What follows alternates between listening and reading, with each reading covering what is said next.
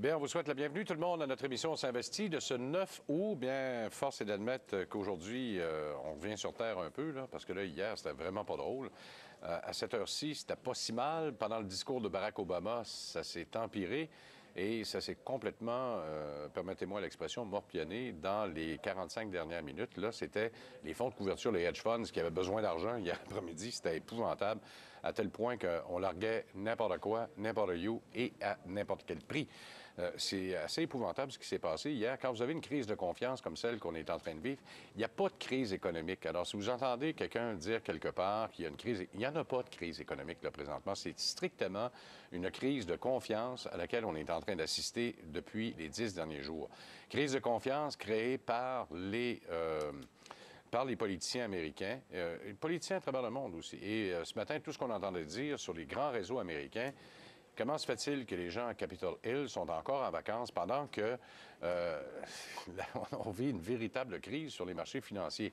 Alors, Barack Obama, hier, a tenté de faire un travail pour rassurer monsieur et madame tout le monde et les investisseurs, mais force est d'admettre que personne ne l'a cru. La décote de S&P 500, plutôt du Standard & Poor's de vendredi soir, a été comme clair comme message. C'est une crise politique. On a perdu confiance dans la façon et les moyens que vous allez prendre pour résorber cette fameuse dette qui augmente. Mais quand vous regardez le fondamental de tout ça, il n'y en a plus. Il n'y a plus de logique qui se tient. On demande d'augmenter la dette de 2 400 milliards d'ici les 10 prochaines années en réduisant les dépenses de presque autant. On parle de 2 000 milliards.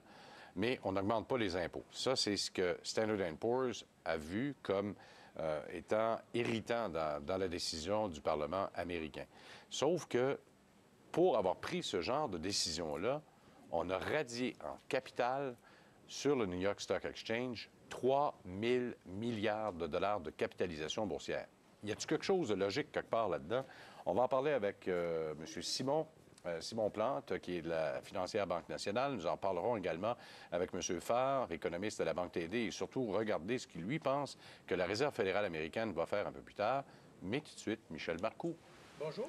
Les marchés, y ont goûté, et tout le monde y a goûté. Même les fonds communs, un peu. En fait, oui, beaucoup. Mais je voudrais rassurer tout le monde, parce que tout le monde s'inquiète, les journalistes appellent, d'être très occupés. Non, on n'est pas très occupés. Bon, il y a beaucoup de monde en vacances. Puis, depuis vendredi matin, on a eu 5 fois plus de téléphones dans notre bureau de gens qui ont acheté, qui ont investi, que des gens qui ont appelé qui étaient inquiets. Okay. Il y a des gens qui appellent pour dire, écoutez, est-ce que mon portefeuille est bien positionné? Est-ce qu'il y a des changements qu'on devrait faire? Mais pas d'inquiétude ou de panique. Il faut dire que 2008 n'est pas tellement loin. Les gens se souviennent que finalement, dans certains cas, les gens ont paniqué pour rien, finalement, parce que le marché a repris.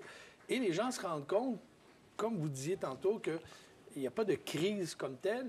Comme il n'y avait pas de crise quand la Banque Royale, le titre avait baissé plus que 35 bien, il n'y a pas plus de crise aujourd'hui qui justifierait que beaucoup de grandes institutions financières hier avaient baissé de plus que 10 Alors, dans les fonds, on va en parler un petit peu tantôt, mais il y a des fonds qui s'en sont très, très bien tirés. Des fonds qu'on en a parlé souvent, qu'on disait que c'est des bons fonds assez conservateurs. Il y a des fonds, je vous dirais, qui sont plus énergiques, dont les fonds Power qu'on a parlé, qui ont beaucoup baissé. Donc, ça serait peut-être le temps, ceux qui ont envie de profiter d'opportunités, bien, peut-être d'acquérir des unités de ces fonds-là. Alors, mais par contre, si on regarde la semaine passée, le marché qui finissait vendredi soir, évidemment, le S&P TSX avait baissé énormément, de 6,5 dans la semaine, ce qui fait une baisse de 9,53 depuis le début de l'année, une baisse importante. Le Dow Jones, une baisse de 5,73, S&P 7,15, 8,13 pour le Nasdaq, alors que le Shanghai Composite, moins 6,55. En fait, il a suivi le même mouvement que les autres. C'est drôle, hein? Ça n'inclut pas la journée d'hier, ça finissait vendredi passé. Regarde. Oui. On s'entend-tu qu'on est rendu pareil comme Shanghai? C'est moi qui ai crié contre Shanghai. Écoutez, on peut dire beaucoup, mais finalement, on se rend compte que les marchés, de plus en plus, sont corrélés dans certains cas. C'est peut-être pas toujours en même temps. Oui. Puis, je me souviens d'avoir entendu Michel Nadeau, d'avoir lu beaucoup qui disaient que plus on va aller dans le temps, compte tenu que l'information circule tellement rapidement, que plus ça va aller, plus les marchés risquent d'être corrélés assez semblables. Si on regarde maintenant par catégorie de fonds, bien évidemment, il n'y a pas de miracle là non plus. Fonds d'actions canadiennes ont baissé de 5,9 Les fonds d'obligations ont augmenté de 0,8 8 dixièmes d'1 %. La semaine précédente, souvenez-vous qu'il avait augmenté de 0,6%. Donc, ça veut dire que les fonds d'obligations canadiennes, dans les 2 dernières semaines, ont connu une hausse de 1,4 %, ce qui est énorme. Hein? Oui. Alors, mais il faut dire que quand tu délaisses le marché des actions, habituellement, tu t'en vas vers le marché obligataire. Ouais.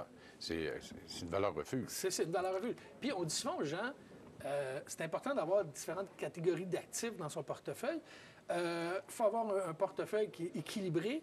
Bien, vous voyez la réponse là, les gens qui ont continué. Puis, vous savez, on dit depuis l'automne passé, les taux d'intérêt risquent d'augmenter, les taux d'intérêt risquent d'augmenter. Mais en même temps, il y a des gens qui ont délaissé complètement les revenus fixes de peur de subir des baisses. Puis on se rend compte que c'est ce secteur-là qui nous a un petit peu sauvés depuis le début de l'année. Fonds d'action américaine en baisse de 6,3 %. Fonds d'action international, 7,1 % à la baisse, ce qui est énorme. On en a parlé depuis des semaines et des semaines. Ayez pas peur d'investir dans le marché américain, d'augmenter votre pondération en fonds mondial, de ne pas prendre tous vos sous et les mettre là. Mais tranquillement, pas vite, à toutes les semaines, à tous les mois, rachetez-en un peu. Fonds équilibrés, 3,1 % à la baisse, mais c'est déjà beaucoup moins que le marché. Alors, c'est pour ça que ça s'appelle équilibré. Fonds petite capitalisation canadienne en baisse de 6,4 %. Fonds d'action canadienne revenu en baisse de 4,9 %. Fonds de ressources, 8,2 %. Évidemment, ça fait mal. Fonds métaux précieux, 4,9 % à la baisse. Alors, ça explique bien les choses. Si on y va maintenant fonds par fonds dans les secteurs sur un mois, le fonds qui a connu la meilleure augmentation, c'est Front Street Énergie. Évidemment, on vient de dire que l'énergie a baissé, mais dans le dernier mois, celui-là a bien fait. Comment il a fait, lui? Ça fait partie de ses secrets. J'ai essayé de voir, mais il y a des fonds, des fois, qu'on voit la composition du portefeuille, mais ça date de 3 mois. Alors, ça ne nous aidait pas beaucoup. Plus performant en 3 mois, Northern Reverse Innovation, REER, 30,51 à la hausse sur 3 mois. Sur 6 mois, c'est le Dynamic Power Croissance américain neutre, 19,87. On en avait parlé, je pense, la semaine passée, la semaine d'avant. Power, c'est une catégorie de fonds qui appartient à Dynamic. C'est des fonds très énergétiques, je pourrais dire, qui ont beaucoup de power à la hausse et à la baisse. Mais c'est des fonds qui ont beaucoup baissé depuis 2 jours. Donc, si vous voulez faire le plein, c'est peut-être le temps d'en rajouter. C'est pas eux qui ont lancé aujourd'hui un nouveau PowerShare, QQQ, mais corrélé, donc, edgé sur la devise américaine. Je pense que je vais le vérifier tantôt, puis on s'en parlera peut-être un petit peu plus tard. Possible. Dans les fonds qui ont moins bien été sur un mois, le Front Street Énergie canadienne en baisse de 17,41 %. Matrix Ressources canadiennes sur 3 mois, une baisse de 22,63 %. Et sur 6 mois, CIBC Métaux précieux, une baisse de 24,61 %. Alors, maintenant, dans les conseils de la semaine, en fait, ce que j'ai trouvé d'intéressant cette semaine, octobre est un mois particulièrement dangereux pour spéculer en bourse. Mais il y en a d'autres. Juillet, janvier, septembre, avril, novembre, mai, mars, juin, décembre, août et février. Alors, faites très attention. On a dit le reste de l'année. Le prix de l'or, bien évidemment, on en a parlé un petit peu tantôt, 1779 ce matin à l'ouverture. C'était 1628 la semaine dernière, un gain de 151 $. C'est énorme, ce qui fait à peu près 15 % dans les 3 derniers mois. Alors, M. Sprott et son gestionnaire qui doivent se rasser le coco si on n'a pas 10 avril 2000, là, je pense qu'il va pouvoir épargner 20 $ de son frais de coiffeur, je pense que... Bien, tu vois, regarde, il a gagné 200 $ depuis le 30 juin. C'est 100 pièces par mois. C'est ça. C'est à peu près ça qu'il gagne depuis déjà un bon moment. Donc, on devrait défoncer les 2000 si la tendance se maintient, bien sûr. Et ce matin, j'ai pensé vous donner un conseil. C'est les gens qui se demandent quoi faire. Bien, vous pouvez appeler votre conseiller, hein, il va vous rassurer. Deuxième chose, c'est peut-être de lire des livres. Pas un roman, mais un bon livre sur le placement qui va peut-être nous ramener à la base un petit peu du placement. Puis j'avais 3 suggestions. D'abord, il y avait L'investisseur intelligent de M. Graham qui explique pourquoi la bourse elle monte, pourquoi elle baisse, qu'est-ce qu'on devrait acheter, et finalement, peut-être justifier qu'il y avait des opportunités intéressantes hier, avant-hier. Il y a M. Peter Lynch qui en avait un très bon livre aussi qui s'appelle « Si vous en saviez assez pour investir à la bourse ». M. Lynch a été le gestionnaire vedette de Fidélité pendant de nombreuses années. Et il y a plein de livres de M. Buffett aussi qui sont disponibles que je vous conseillerais de lire. Puis c'est une bonne façon de passer peut-être vos temps de vacances, puis ça va probablement vous rassurer sur le marché. Dans les nouvelles de la semaine, bien, il y a le groupe Maple qui veulent acheter notre bourse de Toronto, qui ont annoncé que jusqu'au 30 septembre, leur offre est encore valide à peu près à 3,8 milliards, qu'on pensait, enfin moi je croyais que c'était mort un peu cette histoire-là, mais il semblerait que c'est encore quelque chose qui est possible encore. On dit que ça va mal, mais ce matin, je regardais des annonces la semaine passée. Sun Life avait des profits 5 fois plus élevés qu'annoncé la semaine passée. Great West, la même chose, beaucoup plus élevé.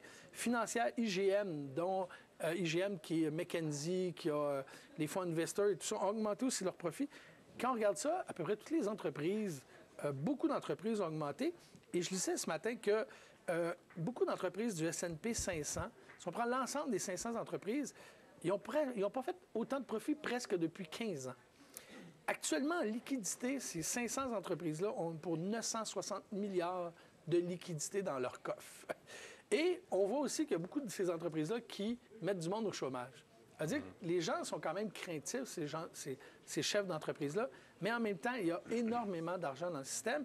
Puis ces entreprises-là, il ne faut pas oublier que quand vous investissez à la bourse, on achète d'abord la profitabilité d'une entreprise. Quand on achète un fonds d'action canadienne, c'est parce qu'on pense que notre gestionnaire a sélectionné des entreprises qui sont très rentables, qui font des profits. C'est ce qui justifie le prix d'une action à la bourse.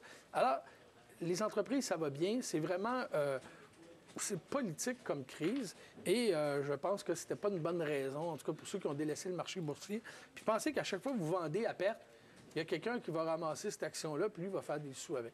Alors, j'espère qu'il n'y a pas trop de gens qui ont... Ben, en fait, il y a eu du monde, oui, c'est sûr, hier, mais il y a peut-être les hedge funds, puis je pense que les monsieur, madame, tout le monde ont beaucoup appris de 2008. Je pense que leur réaction est meilleure que ce qu'ils ont été dans les dernières années.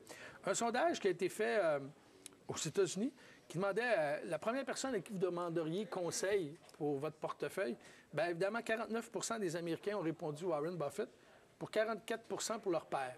Alors, on a plus confiance à M. Buffett que son père. Mais les pères sont quand même à 29 ce qui est quand même énorme. Ouais. Alors, c'est rassurant pour le père que je suis, que j'ai encore une petite confiance. En fait, il y a M. Buffett, évidemment, qui a déclaré la semaine passée aussi que les États-Unis ne devraient pas perdre leur cote AAA, que c'était ridicule. Il y en a beaucoup qui ont parlé aussi qui est un petit peu en conflit d'intérêt parce qu'il est aussi actionnaire de la firme concurrente qui a décoté le gouvernement américain. Puis il possède aussi 40 milliards de dettes américaines aussi en plus. Mettons que ça aide un peu. Là. Alors aussi, ça change des choses. Une nouvelle que la semaine passée, je voulais parler pour ne manquer de temps. M. Soros, qui est un des spéculateurs les plus connus, se retire du monde des affaires. Ah. Mais il va quand même avoir 22 milliards, je pense, à gérer de son argent personnel. Ah ben ouais. C'est quand même pas mal. Alors, ça devrait l'occuper. Où devrait-on investir? J'ai invité Simon Plante de la Financière Banque Nationale. Il est avec nous dans quelques instants tout de suite.